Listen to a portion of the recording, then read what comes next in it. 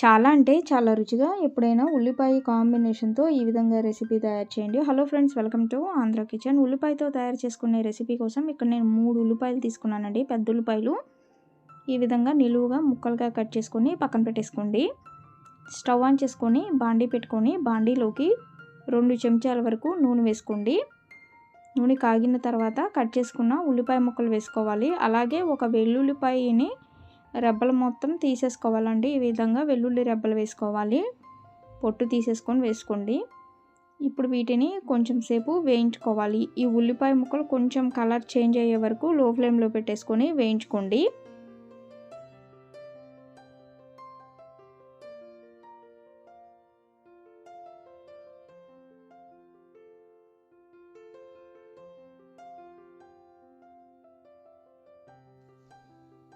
ఉల్లిపాయ ముక్కలు ఈ విధంగా వేయించుకున్న తర్వాత ఇక ప్లేట్లోకి తీసుకుందాము.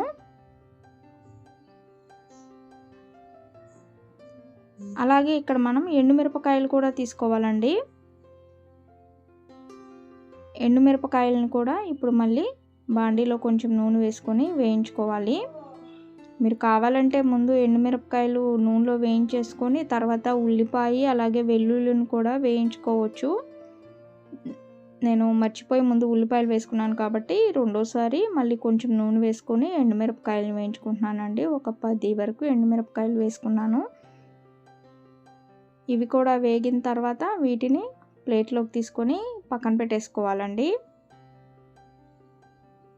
ఇవి చల్లారే లోపల ఇక్కడ నేను తాలింపు పెట్టుకుంటున్నాను.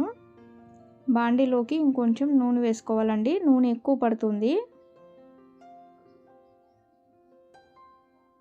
ఇప్పుడు ఇందులోకి పచ్చిశనగపప్పు మనం తాలింపుకి ఏమేమి వేసుకుంటామో అవన్నీ వేసుకోవటమే. అయితే కొంచెం మెంతులు వేసుకోవాలండి.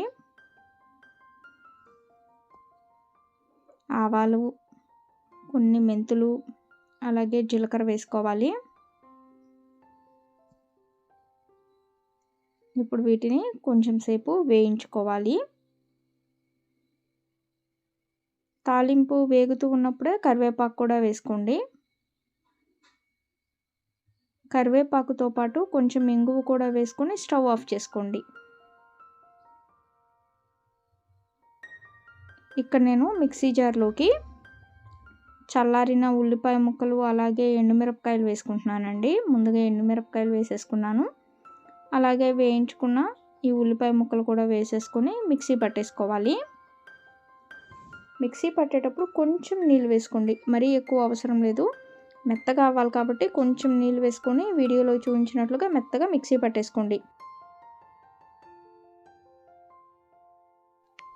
ఇప్పుడు ఈ కారాన్ని మనం బాండీలో వేసుకుందాము.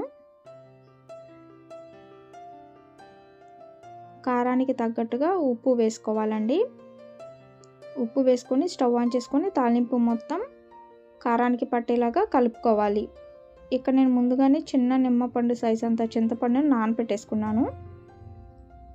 ఆ చింతపండు గుజ్జు కూడా వేసుకొని ఇప్పుడు ఉడికించుకోవాలి. లో ఫ్లేమ్లో పెట్టుకొని నూనె పైకి వచ్చే వరకు ఉడికించుకోవాలండి. నూనె బాగా పైకి వచ్చిన తర్వాత ఇక స్టవ్ ఆఫ్ చేసుకుంటే చాలు. ఇక్కడ నేను స్టవ్ ఆఫ్ చేసేసుకున్నానండి. మరి మీ అందరికీ ఉల్లిపాయతో తయారు చేసుకునే కారం రెసిపీ వీడియో నచ్చినట్లయితే ఈ వీడియోని లైక్ చేయండి, షేర్ చేయండి. మరిన్ని వీడియోస్ కోసం మా ఛానల్ని సబ్స్క్రైబ్ చేయండి. Thank you for watching.